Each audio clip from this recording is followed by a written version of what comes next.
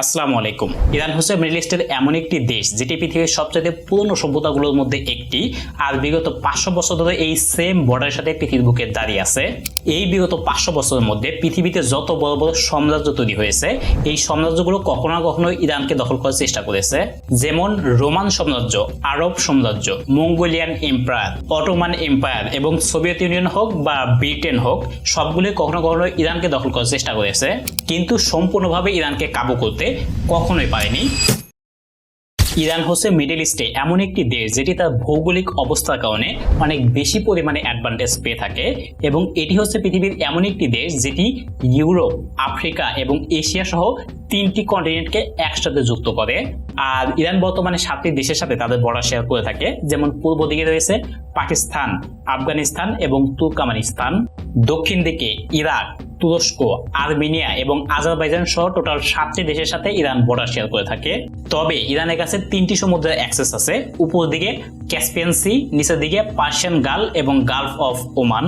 এই দুটো সমুদ্রের সবচেয়ে ইম্পর্টেন্ট যে লোকেশনটা সেটাকে স্টেট অফ হরমোন বলা হয়, আর এইখান দিয়ে পুরো পৃথিবীর 20% তেল এবং গ্যাসের সাপ্লাই হয়, যেটি ইরানের হাতের মধ্যে ধরা চলে। আর এই যে স্টেট অফ হরমোনের ভিতরে এই যে 7টি আইল্যান্ড দেখতে পাচ্ছেন, এই 7টি আইল্যান্ড 1970 সালের পর থেকে ইরানের দখলে। আর বিগত 40 বছর ধরে ওয়েস্টার্ন কান্ট্রিদের জন্য ইরান বেশ বড় ধরনের একটি থ্রেট হয়ে দাঁড়িয়ে আছে। কিন্তু ওয়েস্টার্ন কান্ট্রিগুলো এত শক্তিশালী এবং এত ক্ষমতাশীল হওয়ার পরেও কেন কোনো দেশ এখন পর্যন্ত ইরানকে কাবু করতে পারেনি, সেটা নিয়ে কথা বলবো আজকের এই ভিডিওতে। আজকের ভিডিওতে ইরানের ইতিহাস, ইরানের ভৌগোলিক অবস্থা এবং ইরান এত শক্তিশালী কিভাবে হয়ে উঠলো এবং কেন কোনো দেশ ইরানকে হাতে পারবে না, এই সকল বিষয় নিয়ে আজকের ভিডিওতে আলোচনা করার চেষ্টা করব। সম্পূর্ণ ভিডিও নিয়ে সঙ্গে আছে আমি আরিয়ান আহমেদ। যারা নতুন আছেন তারা ভিডিওটি দেখতে থাকুন, যদি ভালো লাগে তাহলে সাবস্ক্রাইব ফলো করে দিন। আচ্ছা, সবকিছু নিয়ে একে একে আলোচনা করব, তবে ইরানের ভৌগোলিক অবস্থাটা কেমন সেটা একটু দেখে আসি। ইরানের পশ্চিম দিকে রয়েছে জেগরেস মাউন্টেন রেঞ্জ। এটি ইরানের কোস্টলাইন থেকে শুরু করে ইরাক এবং তুরস্কের মধ্যে অবস্থিত। এই পাহাড় ইরানকে এমন এক ধরনের ন্যাচারাল প্রোটেকশন দেয়, যাতে পশ্চিম দিক থেকে কোনো শক্তি যদি ইরানকে আক্রমণ করতে চায়, তাহলে এই পাহাড় অতিক্রম করে ইরানের মেন শহরগুলোতে আক্রমণ করা একদমই অসম্ভব বলা চলে। আর এরকম ভাবে ইরানের ক্যাসপিয়ান সির সাথে অবস্থিত আল বদর মাউন্টেন রেঞ্জ, এটি ইরানকে উত্তর সাইডে খুবই চমৎকার ন্যাচারাল প্রোটেকশন দেয়। এর পাশাপাশি এই পাহাড়ে বিভিন্ন ধরনের খনিজ সম্পদ আছে, ইউরেনিয়াম, সিলভার, গোল্ড এবং জিঙ্কের মতো অনেক খনিজ সম্পদ আছে, এবং ইরানের কাছে পৃথিবীর সবচেয়ে বেশি জিঙ্ক আছে। এছাড়াও 2000 সালের দিকে ইরানের পার্সিয়ান গালের এই দিকে তেল এবং গ্যাসের সন্ধান পাওয়া যায়, যাতে আজকের দিনে পুরো পৃথিবীর 10% অয়েল এবং 15% ন্যাচারাল গ্যাস আছে ইরানের কাছে। ইরানকে আরেকটা জিনিস যেটা সব থেকে বেশি প্রোটেকশন দেয়, সেটি হলো এই 2500 কিলোমিটারের কোস্ট লাইন, যেটি দুইটি সাগরের মধ্যে অবস্থিত। আর এখানে বন্দর আব্বাস ইরানের সব থেকে বড় সমুদ্র বন্দর, আর এটি পৃথিবীর সবচেয়ে গুরুত্বপূর্ণ জায়গাগুলোর মধ্যে একটি।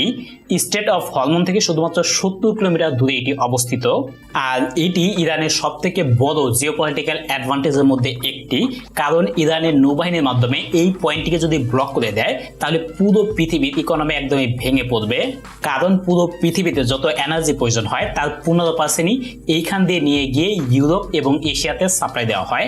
এগুলোর পাশাপাশি ইরানের ভিতরে এই দুটো জায়গাতে দুটো মরুভূমি আছে, আর এই দুটো জায়গাকে পৃথিবীর সবচাইতে গরম উত্তপ্ত জায়গাগুলোর মধ্যে একটি ধরা হয়, কারণ 2005 সালে এই মরুভূমিতেই 70 ডিগ্রির মতো তাপমাত্রা রেকর্ড করা হয়েছে।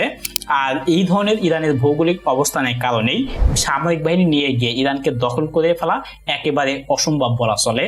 ইরানের আরেকটা জিনিস যেটা সব থেকে বেশি পাওয়ারফুল, সেটা হলো ইরানের জিওপলিটিক্যাল স্ট্র্যাটেজি। 1979 সালের দিকে ইরানের শেয়ার রেগুলেশন হয়, আর এটি হওয়ার আগে ইরান তখন একটি লিবারেল কান্ট্রি ছিল, আর ওই সময়ে মার্কিন যুক্তরাষ্ট্র এবং ইসরায়েলের সাথেও তাদের সম্পর্ক অনেক ভালো ছিল। এমনকি ইরান 1948 সালের দিকে ইসরায়েলকে স্বীকৃতি দেওয়া পৃথিবীর সবচেয়ে বড় মুসলিম দেশগুলোর মধ্যে একটি, আর ওই সময়ে মার্কিন যুক্তরাষ্ট্রও কিন্তু ইরানকে সামরিক বিমান সাপ্লাই দিত। এরপর যখন ইরানে শেয়ার রেভলিউশন হয়, তারপরেই সবকিছু আস্তে আস্তে বদলে যেতে শুরু করে। ইমাম খামেনি ক্ষমতা আসার পরে ফিলিস্তিনদের পক্ষে কথা বলতে শুরু করে, যার পরিপ্রেক্ষিতে গিয়ে ইসরায়েলের সাথে তাদের দূরত্ব সৃষ্টি হয়, যার ফলে সময়ের সাথে সাথে ইসরায়েল ইরানের নাম বদল শত্রুদের মধ্যে একটি হয়ে যায়। আর ইসরায়েলের সাথে তাদের সকল সম্পর্ক শেষ করে দিয়ে ইরানের ভিতরে যে ইসরায়েলের এম্বাসি ছিল সেটাকে কনভার্ট করে ফিলিস্তিনের এম্বাসিতে কনভার্ট করে দেওয়া হয়। আর এটার ফলস্বরূপ ইসরায়েলের সাথে তো তাদের সম্পর্ক খারাপ হয়ে গিয়েছিল, তার সাথে সাথে মার্কিন যুক্তরাষ্ট্রের সাথেও তাদের সম্পর্ক একদমই খারাপ হয়ে যায়। আর এটা শুধু ইসরায়েল এবং মার্কিন যুক্তরাষ্ট্রের মধ্যে কিন্তু সীমাবদ্ধ থাকেনি, বর্তমানে আরব কান্ট্রিদের সাথেও কিন্তু ইরানের সম্পর্ক ততটাও ভালো না। আর এই সকল কারণগুলোর জন্যই শিয়া রেভলিউশন হওয়ার পরে ইরান তার জিওপলিটিক্যাল স্ট্র্যাটেজি করতে শুরু করে। ইরান এবং ইসরায়েলের মাঝে যত আরব দেশগুলো আছে এদের ভিতরে অথবা আশেপাশে যত গ্রুপ আছে যাদের সাথে ইসরায়েলের সম্পর্ক ততটাও ভালো না তাদেরকে সাপোর্ট করতে শুরু করে। যেমন ফিলিস্তিনের গাজায় হামাস, লেবাননে হিজবুল্লাহ, সিরিয়াতে ফাতেমি ব্রিগেড, ইরাকে আল বদর এবং ইয়েমেনে হুতি, এই সকল গ্রুপগুলোকে ইরান সাপোর্ট দেয় আর এদেরকে অ্যাক্সেস অফ রেজিস্ট্যান্স বলা হয়। এই গ্রুপগুলোর মাধ্যমেই ইরান আরব দেশগুলো এবং ইসরায়েলের উপরে চাপ সৃষ্টি করে। আর ইরানের এই প্রক্সি গ্রুপগুলোই ইরানকে আরো বেশি ক্ষমতাশীল এবং শক্তিশালী করে দিয়েছে। আরেকটা জিনিস যেটার কথা না বলেই নয় সেটা হলো ইরানের ড্রোন টেকনোলজি। ইরান ড্রোন তৈরি করার দিক দিয়ে এতটা এগিয়ে গেছে যে মিডল ইস্টের কোনো দেশ এখন পর্যন্ত ইরানের ধারে কাছেও নাই। ইরানের ড্রোন এতটা উন্নত যেই কারণে রাশিয়া পর্যন্ত ইউক্রেনের বিরুদ্ধে এই ড্রোন ব্যবহার করছে। আর মার্কিন যুক্তরাষ্ট্রের একটি সেন্ট্রাল ব্যাংকের রিপোর্ট অনুযায়ী ইরানের কাছে বর্তমান সময়ে পুরো মিডল ইস্টের সব থেকে বেশি এবং সব থেকে আধুনিক ব্যালিস্টিক মিসাইলগুলো আছে। আর ইরানের সবগুলো মিসাইল প্রায় 2000 কিলোমিটার মধ্যে যে কোনো টার্গেটকেই একদম নিখুঁতভাবে হিট করতে পারে। তো এটির সাথেও ইরানের জিওপলিটিক্যাল স্ট্র্যাটেজি এবং ইরানের ড্রোন টেকনোলজির উপরে কিন্তু মার্কিন যুক্তরাষ্ট্রের নিষেধাজ্ঞা আছে যেটাকে স্যাংশন বলা হয়, যার কারণে ইরানের অর্থনীতি কিন্তু ততটাও শক্তিশালী না। অর্থনীতি মজবুত না হওয়ার পরেও ইরান কিন্তু থেমে থাকেনি।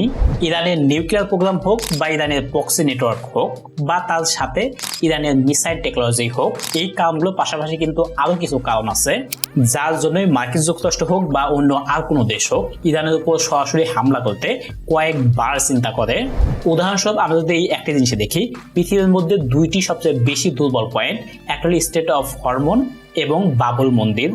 এই দুটোই কিন্তু ইরানের টার্গেটের ভিতরে। আর এই জিনিসগুলোই ইরানকে আরো বেশি শক্তিশালী এবং ক্ষমতাশীল করে দিয়েছে। এবং বর্তমানে কিন্তু রাশিয়া এবং চায়নাও কিন্তু ইরানকে সাপোর্ট দিচ্ছে। যাই হোক, এরকম ইনফরমেটিভ ভিডিও কিন্তু চ্যানেলে আরো আছে, চাইলে দেখতে পারেন, বিশেষ করে এই উপরের ভিডিওটাই। সো ভালো থাকবেন, সুস্থ থাকবেন। আর এরকম ইনফরমেটিভ ভিডিওগুলো দেখার জন্য নিশ্চয়ই সাবস্ক্রাইব ফলো যেটাই পাবেন সেটা করে রাখতে পারেন। আল্লাহ হাফেজ।